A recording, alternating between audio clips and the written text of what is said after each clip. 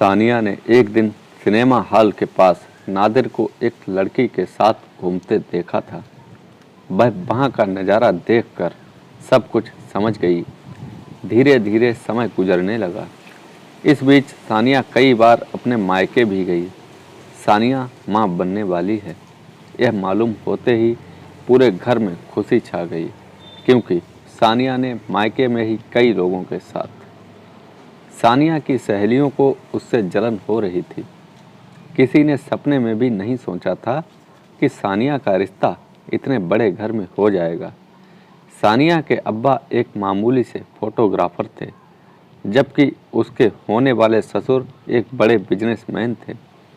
सानिया को उसकी सास ने एक शादी में देखा था और तभी उसे पसंद कर लिया था। फिर जल्दी ही उसका रिश्ता भी तय हो गया। आज सानिया की शादी थी। लाल जोड़े में उसका हुस्न और निखर रहा था। सभी सहेलियां उसे घेर कर बैठी थीं और हंसी मजाक कर रही थीं। सानिया, तुझे पति नहीं लखपति मिल रहा है।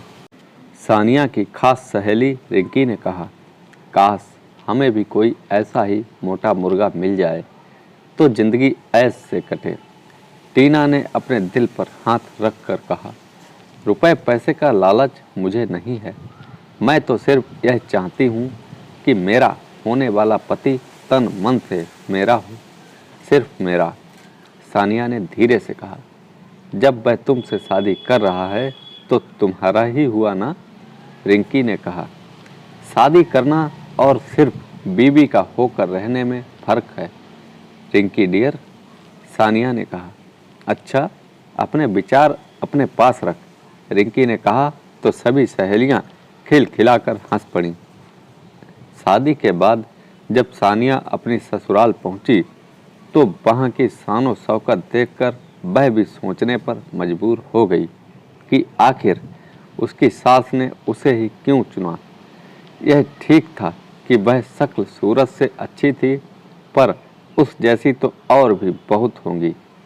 शादी के बाद कुछ दिन तो हंसी खुशी से बीत गए। उसका पति नादिर अपने माँ बाप का एक लौता बेटा था, इसलिए उसे लाड़ प्यार से पाला गया था। नादिर अपना ज़्यादा समय घर से बाहर ही गुजारता था। सानिया इस बारे में कभी पूछती तो नादिर कह देता कि काम के सिलसिले में उसे बाहर रहना पड़ता है। एक दिन सानिया की तबीयत कुछ खराब थी। उसने नादिर से कहा कि वह उसे डॉक्टर को दिखा लाए, तो नादिर ने कहा कि वह अकेली चली जाए क्योंकि उसे कुछ ज़रूरी काम है। सानिया डॉक्टर को दिखाने चली गई।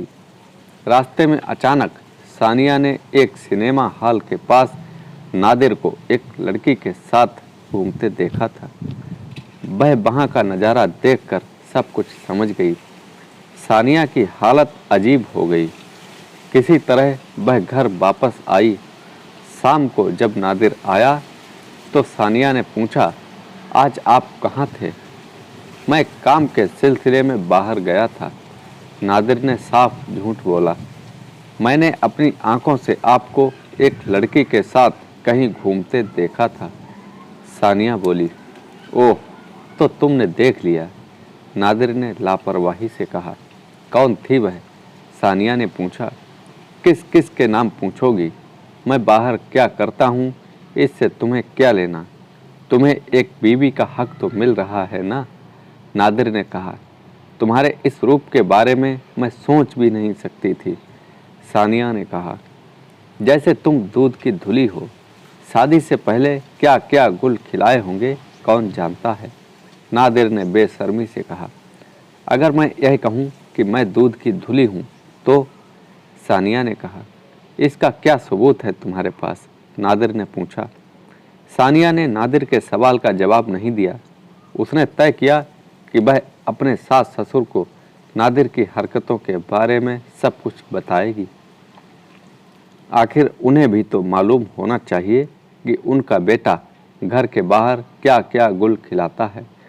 रात को सानिया दूध लेकर सास ससुर के कमरे की तरफ गई। कहीं सानिया को नादिर की हरकतों का पता ना चल जाए। ससुर की आवाज़ सुनकर सानिया के कदम दरवाजे पर ही ठहर गए। पता चल जाएगा तो कौन सी कयामत आ जाएगी। आखिर हम एक गरीब घर की लड़की इसीलिए तो लाए हैं। उसे अपनी जबान बंद रखनी होगी। उसका काम सिर्फ इस घर का वारिस पैदा करना है, सास ने कठोर आवाज में कहा। सास ससुर की बातें सुनकर सानिया हैरान रह गई। उसने सपने में भी नहीं सोचा था कि इतने ऊंचे घराने के लोगों के ख्याल इतने नीचे होंगे। उसकी सेवा, त्याग और प्यार का उनकी नज़रों में कोई मोल नहीं था। ऊपर से तो वह शांत थी, लेकिन उसके दिलो दिमाग में एक तूफान मचा था। मैं भी दिखा कर रहूँगी कि मैं क्या कर सकती हूँ, सानिया ने मन ही मन सोचा। धीरे धीरे समय गुजरने लगा। इस बीच सानिया कई बार अपने मायके भी गई, लेकिन उसने अपने माँ बाप से कुछ नहीं कहा। सानिया माँ बनने वाली है, यह मालूम होते ही पूरे घर में खुशी छा गई। गोद भराई की रस्म के लिए लोगों को बुलाया गया। सानिया कीमती जोड़े और जेवरों से लदी थी। गोद भराई की रस्म के बाद सास ने सानिया की बलाएं ली और उसे गले लगाया। बहुत जल्द तू इस घर को वारिस देने वाली है। मेरे बेटे का चिराग इस घर को रोशन करेगा। मैं दादी बनूंगी, सास ने खुश होते हुए कहा। आप दादी जरूर बनेंगी और इस घर को वारिस भी जरूर मिलेगा, लेकिन वह आपके बेटे का चिराग नहीं होगा। इस राज भरी बात को तो सिर्फ मैं ही जानती हूँ कि इस बच्चे का बाप आपका बेटा नहीं, कोई और है। यह करारा तमाचा आप लोगों के मुंह पर लगाकर मैंने अपना बदला ले लिया है, सानिया ने कुटिलता से मुस्कुराते हुए सोचा। तो दोस्तों, कैसी लगी यह कहानी लाइक करें, कमेंट में बताएं और चैनल को सब्सक्राइब करना ना भूलें। धन्यवाद।